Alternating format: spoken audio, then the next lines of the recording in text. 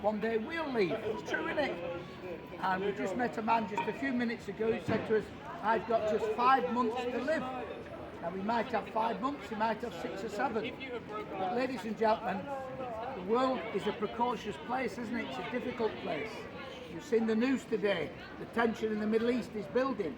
And Jesus said that's exactly what will happen before he returns. He said there'll be wars, there'll be famines, there'll be pestilences, there'll be diseases. Ever heard of COVID? Jesus was right again. They're all coming, and then the King returns.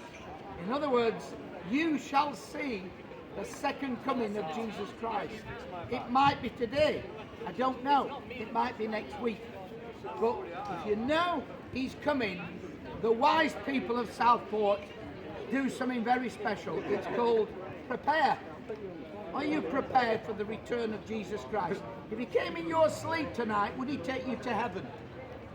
Or would he say, no, you're one of the great unforgiven? Now for me, if it came before I was 19, I wouldn't have been forgiven. Because at 19 I got forgiven. And the good news, ladies and gentlemen, is this. Though each one of us face eternity, there's hope. And the hope is the grave has been conquered by Jesus Christ. That is why he came. He came to lay down his life so you might be safe in eternity. Now look, let me ask you a simple question. Is it best for me to tell you the truth, or is it best for me to just appease you or keep you happy? What would it be if I was to tell you the truth? What if I put you on a weighing scale, but I started the weighing scale 5 stone less? So it started at -5. And I said, get on the weighing scale. And let's say you weigh 20 stone and it says 15. Would that do you any good? It wouldn't, would it? What would do you some good is when you hear the truth. Ladies and gentlemen, every one of these people breathe the same oxygen as you. They've left the planet.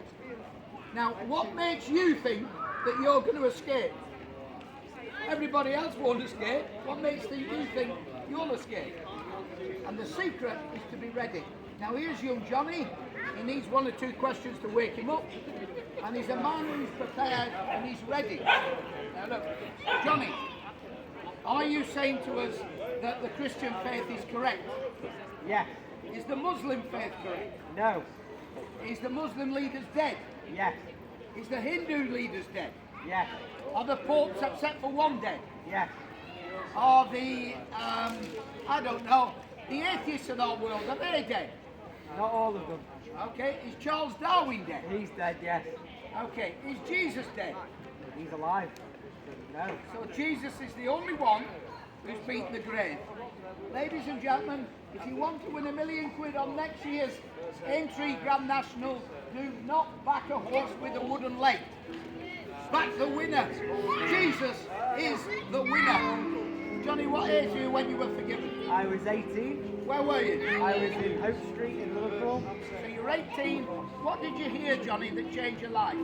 I got asked the question, if you put every thought or action on a wall, would you show it to someone else? And I went, oh, because I realised that I had done wrong in my life, and I for the first time realised that I was living for me, and that I was living against the Holy God, and if I had died at that moment, I was going to hell. But that was then a click moment, because I had grown up hearing about Jesus, I had grown up hearing about the cross, I had grown up hearing about the resurrection, but never knew what it meant to me. But at that moment, I realised I needed someone to rescue me. I needed someone to deal with my sin. And I needed an answer to the sin and the grave. And Jesus is that answer. Now, Johnny, these famous people, this man Jamal Edwards, who died last year, I think, do you think he made it to heaven, yes or no? In your opinion, you don't know? I don't know. What about Richie Benham? Did he make it to heaven? Again, I know he was big for cricket. What about Ken Norton? Did he make it to heaven? All of these people, I cannot tell if they've made it. What about Dell? I've got assumptions that they might have not made it, but the only person that I know is going to make it is me. What about Ray Kennedy?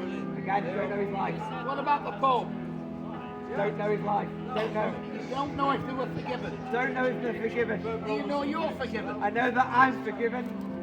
So you're going to get there because you're forgiven. Yeah. Ladies and gentlemen, there's only one way to heaven.